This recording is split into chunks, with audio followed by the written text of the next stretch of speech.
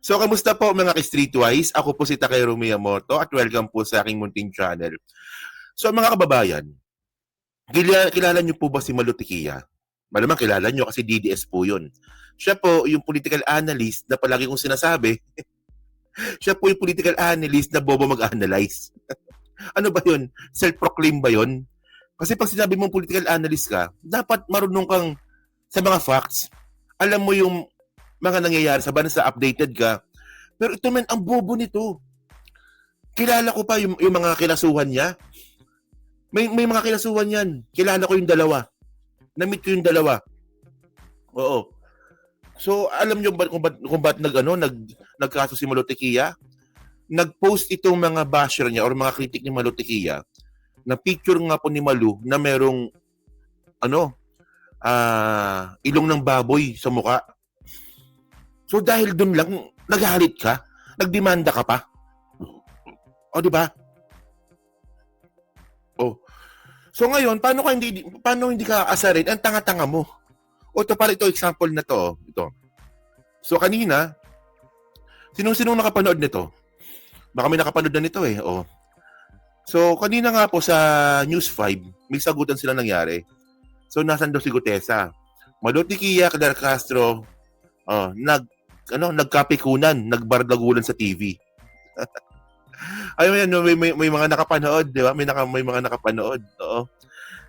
So, tingnan niyo to Saan na ba yan? Ito to. So, nauwi sa mainit na sagutan ang special coverage ng TV5. Ito kasi TV5, loko-loko din to no? In-invite niya po si Claire Castro nang hindi nila sinabi nakasama pala si Malu. Di ba? Tingnan mo naman, di ba? Dapat po kasi, medyo respeto lang siguro, TV5 dapat medyo respeto naman ng konti, no? Di ba? Kasi parang ang nangyari kay ata dito, parang pinagkaisahan nyo si Claire, No? Hindi pala alam ni Claire na pupunta si Malu Tequia. Si Malu ba? Alam ba na pupunta si Claire? Oh, baka mamaya. Oh. So at least kasi ano bang point natin dito? At least, makapaghanda po si Claire, si Yusik Claire, na merong mapakitang mga ebidensya. Kasi kumbaga kung ako si Yusik Claire, no? Ang una kong gagawin, at teka, si Malu yung kausap ko. O magdadala ako ng mga reference. Magdadala ako ng mga research ko. Magdadala ako ng mga newspaper article. Ganon, di ba? So, ngayon, sabi dito, continue natin nauwi sa mainit na sagutan ang special coverage ng TV5 tungkol sa rallies kontra korupsyon nitong linggo, November 16. Matapos na tila magkapikunan ng live sila PCO Undersecretary Palas Claire Castro at political analyst na bobo mag-analyze Malu Tequia na pareho na sa studio ng istasyon bilang panelist. O, di ba? So, ang actually marami silang pinagdebatehan dito, pero ito yung isa. Mamaya na yung kay Gutesa. Yung unang muna nating pakita dito, yung isa nilang sagutan tungkol kay, ano ba ito? Sige, panoorin natin. File ng... Tungkol sa walang nakasuhan. Oo. Tungkol sa kaso. Oo. So, ito, panoorin natin to sabi dito.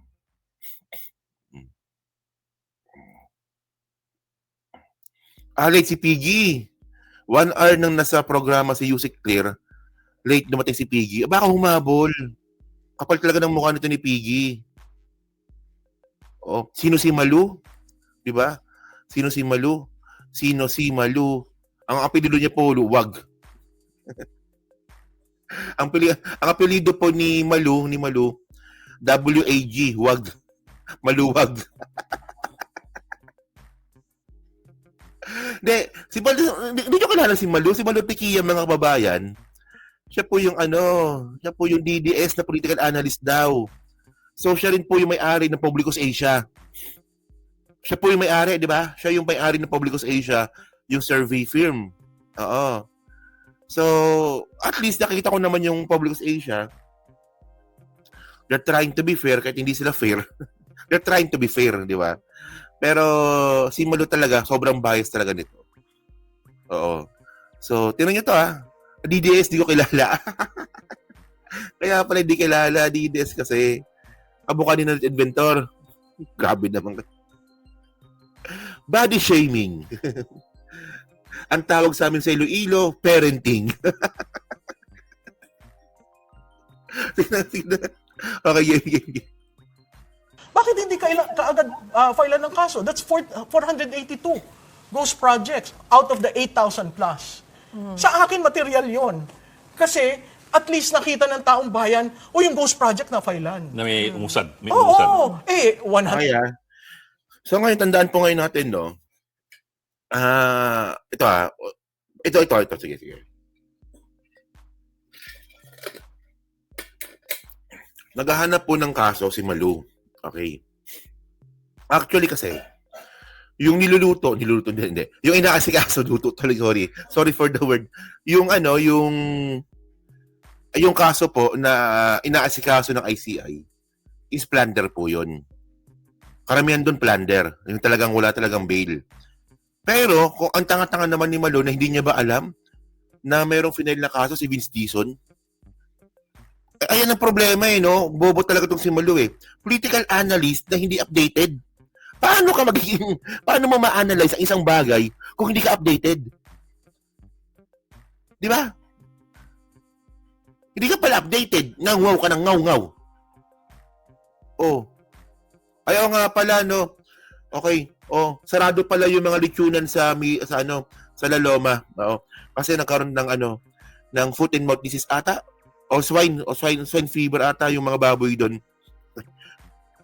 O hindi random yun Hindi, nabalitaan kanina, di ba? Nabalitaan nyo ba kanina? Yung sarado muna yung, masarap kasi yung lechon doon sa La Loma. Masarap po. Hindi. Bakit napunta sa lechon? Ina naman. Hindi. Pero kanina nga pala, kasi yung huling kain namin doon ng lechon sa La Loma, kami nila Stephen. Oo, bawal, sinarado po ngayon yung mga lechonan doon. Ang sasarap ng lechon sa La Loma. Oo, ang sasarap ng lechon sa La Loma. Yun nga lang sinarado. Oo. So, balik tayo kay Malu. O hindi random yun Baka sabihin nyo, porket nakita ko si Malu, lechon na kagad na isip ko. Wala. Hindi po ganun yun. Oo, totoo naman talaga, di ba? Na nasarado yung mga lechon na sa La Loma. Totoo po yun. O hindi siya. Sige. Oh, ulitin nga natin. Ang gulo naman kasi. Ang gulo ni ang gulo ni Chaicher Sige, game. Kaagad file ng kaso. That's 482 ghost projects out of the 8,000 plus. Sa akin, material yon. Kasi at least nakita ng taong bayan, o yung ghost project na filean. Na may umusad. May umusad. Oo, 110 days na. Di ba? Meron na po na-file. May na-file na po. Kung hindi po kayo Ibang ghost updated, projects? may na-file na po. Ilan? Di alam. Ghost Project? Na-file na ba? Ay, hindi ko alam Walang yun to. Secretary Vince. Ilan ang 482? Hahanapin ko po sa kanya, pero may na-file na po. So, wag po tayong, kasi medyo misleading po yung sabihin na sa ilang araw, wala pa pong nagawa. Meron na pong nasampahan ng kaso. Kaya nga ang tinatanong ko, ilan? Mali. Ayan ang sinasabi ko.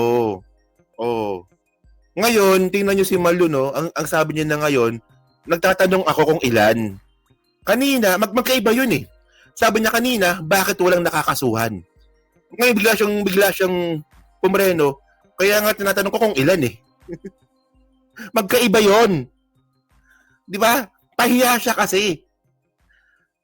Ano ba Malu? Akala ko ba political analyst ka? Akala ko ba strategist ka? Bakit ang bobo-bobo mo? Pasensya na, kasi alam ko pikon tong si Malu, pero this is too much kabobohan sa part ni Malu. Magkaiba kasi yung bakit walang nakakasuhan sa teka lang nagtatanong ako, ilan ba yung nakasuhan? Magkaiba yun. Oo. O, di ba?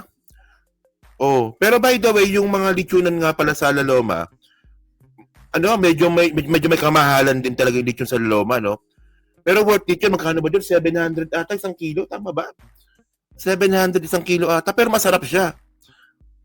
Yung balat niya malutong. Tapos wala akong nakitang kunchinilyo doon. Puro mga medium na baboy lang yung nakita ko doon sa La Loma. Pero Ano ba? Uy! Kayo nagko-comment kayo, bakit? Ano ba? Patapat na naman sa lechon. Hindi kasi kawawa naman po kasi yung mga nagninegosyo doon. 'Di ba? Na doon lang nabubuhay sa sa lechonan. 'Di ba? Kaya sarado, sayang, 'di ba? Marami doon mga nagtatrabaho din doon, sarado. Pero si Malutikia, mga kababayan, 'di ba? 'Di ba? Hindi po nagsasarado yung bunganga, kahit po nakatangahan po yung sinasabi. 'Di ba? Bigay ko po Just sa to inyong be fair detalye. with facts, 482 are ghost projects and nobody has even informed the public that Kung minsan pala 480 pala, kalahating kilo lang ata ng lechon yun, mga 3/4 ata, yung 420. Sige. out of the 482, 50%, 30%, 10% have been filed. Nag-ano po kami, nagre-report po kami even during the press briefing. Ibibigay ko lang po sa inyo dahil hindi ko lang po dala yung detalye ngayon dahil hindi ko po alam na makakasama ko kayo. So bibigay ko Di po ba? kayo Yan ang sinasabi ko eh. Bastos din itong TV5 eh. Di ba? Hindi po alam ni Claire Castro, ni Yusek Claire, na nandiyan si nandiyan yung Tagalalo, si Huwag niyo ko lituhin. Nililito niyo ako eh. Si Malutikia. Ano ba? Malaluma.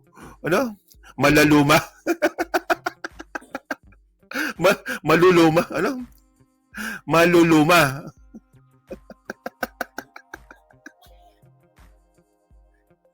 Grabe naman kayo. Maluluma lechon. Huwag naman ganyan. Kayo talaga. So ngayon, tingnan nyo to ha. Oh. Di ba? Hindi po alam ni Yusek Claire na pupunta po si Malu. Malutikia. Oo. So, next time kasi, kapag mag-i-invite kasi, dapat sabihin. Teka lang, merong dito. Meron kaming handang lechon. And by the way, nandiyan pala si Malu. Dapat ganun. Hindi kasi syempre, pag pupunta ka dyan, syempre, merong pagkain yan. Ako mga kababayan, nakapunta na po ako sa ganyan, sa TV stations. Oo. Minsan po kasi, sa PTV4, minsan may kainan doon. Sa PTV4 nga may kainan eh. Diyan pa kaya sa TV5. Di ba? May kainan diyan. Syempre merong pagkain diyan. Dapat ganoon. Next time kasi pag i-invite niyo si Yusek Claire, 'di ba? Oy, Yusek Claire. In-invite ka namin, pupunta dito si Malutikia. And by the way, may lechon din pala dito. Dapat ganoon. 'Di ba? Hindi yung pinugulat ninyo yan. Hindi talaga alam. Anong malutong? Malutong na. Malutong.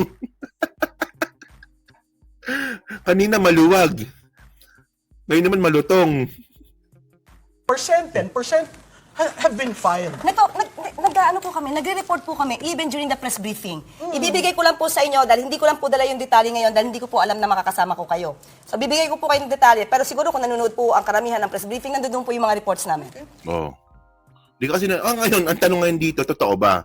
Totoo ba na merong kinasuhan? Siyempre, tingnan ninyo si Malu hindi niya alam pero self-proclaimed po siya na political analyst. Di ba? Pero mga kababayan, so ito basahin natin to, Ito kasi, yung mga final po kasi nakaso dito ni Vince Dizon, walang plunder dito.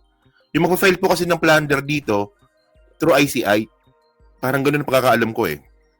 Sabi dito, 20 DPWH personnel face raps over flood control mess.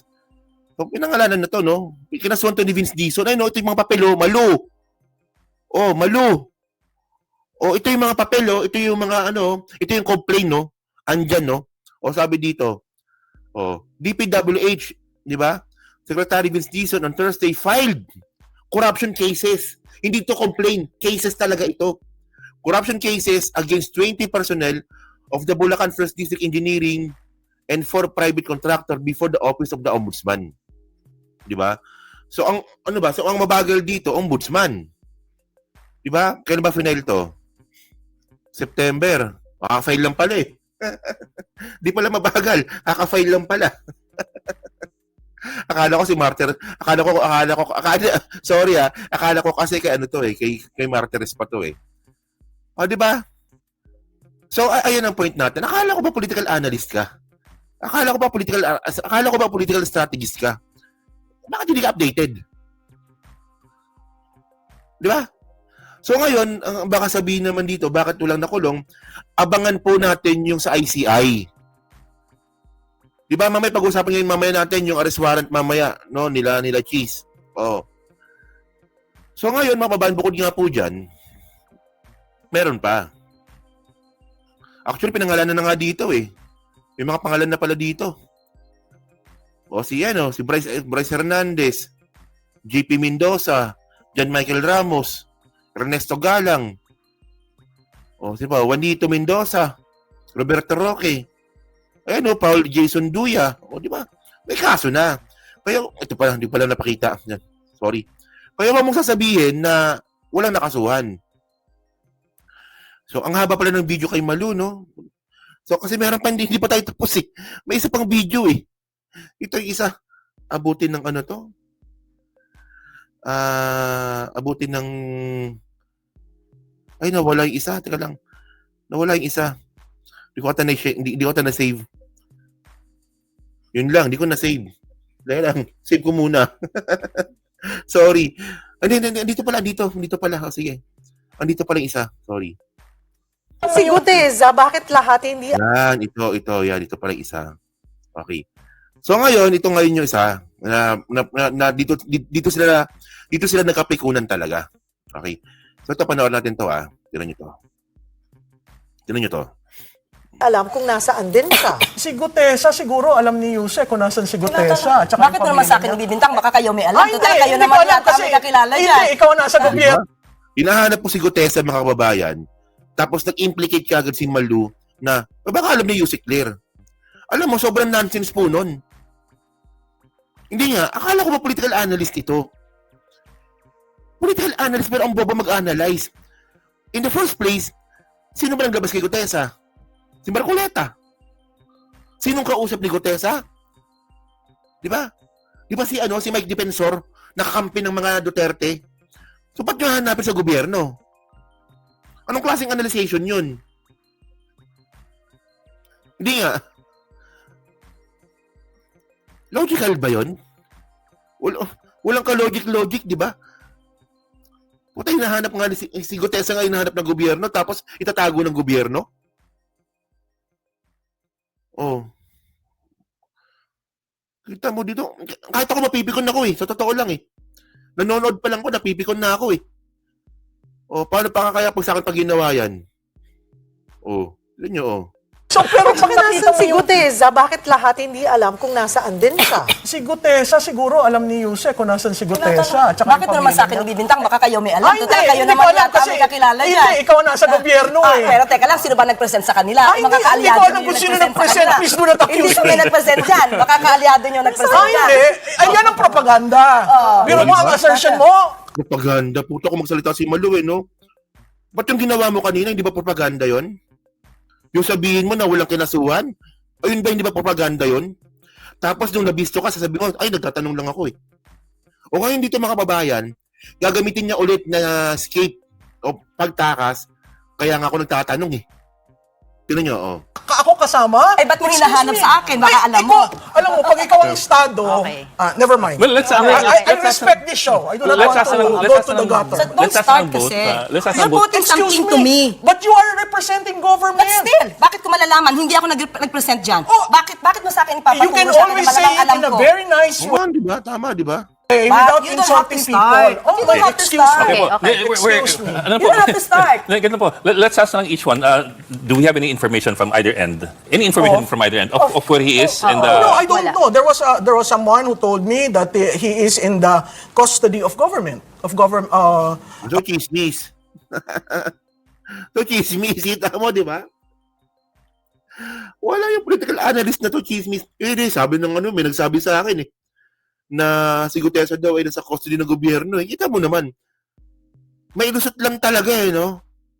from either end? Any information from either end of where he is and No, I don't Wala. know. There was someone who told me that he is in the custody of government, agencies of government, including the family. including family? Including the family. So, do I know for certain? No, it was relayed to me. Am I part of the scheme that some people would say I am part? I am not. I am just an ordinary citizen who loves this country and would like to... Wala. Hindi. Hindi ka ordinary citizen. Kasi kung ordinary citizen ka, mga kababayan, yung ordinary citizen, mga streetwise, kayo. Kayong mga nanonood. Kayo po yung ordinary citizen. Pero pag kayo po ay nakaka-impluwensya na po ng tao, huwag nyo consider na sarili ninyo ordinary citizen. Para naman tanga to eh. Ayan din po sinabi ng mga DDS dun sa sa TRICOM eh. Kami po ay ordinary Pilipino. Hindi po. Ako kinukonsider ko po, no, pag ikaw vlogger ka, hindi ka na rin ordinary citizen. Oh, for example, ito, kwento ko lang, no. Alam nyo ba yung yung pamilya ko ngayon? Minsan kapag nasa public na lugar kami, minsan pinagpe-face mask nila ako. 'Di ba? Hindi dahil sa pero para lang kasi ma-secure sila kasi minsan kasi milalapit sa akin. Minsan natatakot sila, hindi nila alam kung DDS ba o PBBM supporter. 'Di ba? Ayun ang point ng family ko 'yun. Sabi, Dad, kasi pag nagmumol tayo, minsan may lumalapit sa iyo, nakipagkwentuhan sa iyo. Kinakabahan kami baka mamaya DDS. 'Di ba? So, 'yun, 'di ba? Ayun ba? Ordinary citizen pa ba ang tawag sa akin? Ako hindi na po. 'Di ba? Si Malu nagpiling-pilingan eh. Ikaw nga nasa TV ka. May-ari ka ng Publicus Asia. Tapos sasabihin mo, I am just ordinary citizen? Come on, Malu. Come on. Diba? Ang gutom ako. Ako gutom pala pag madaling araw. Pero by the way, di ba? Agree ba kayo doon?